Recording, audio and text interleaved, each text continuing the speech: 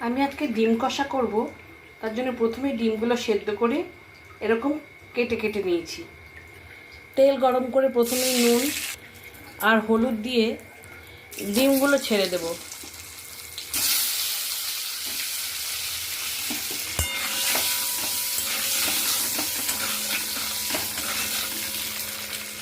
ডিমগুলো হালকা করে আমি ভেজে তুলে নিচ্ছি।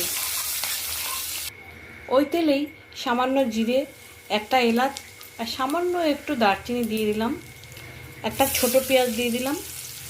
এদিকে আমি আদা, দুটো কাঁচা লঙ্কা, টমেটো, দুটো কাঁচা লঙ্কা বেটেও নিয়েছি, তার সঙ্গে স্বাদ মতো লঙ্কা গুঁড়ো, হলুদ গুঁড়ো, নুন, সামান্য চিনি আর সামান্য জিরের গুঁড়ো দিয়ে আমি একসঙ্গে করে রেখেছি।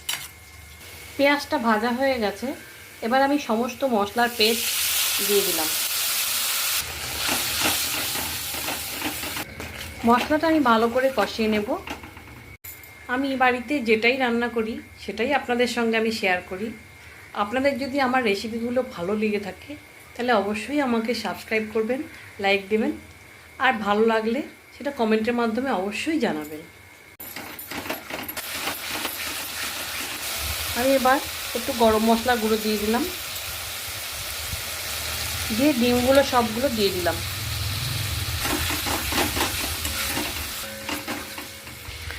সামান্য ঘি দিয়ে দিচ্ছি। এই রান্নাটায় যারা রসুন পছন্দ করেন অবশ্যই রসুন দেবেন।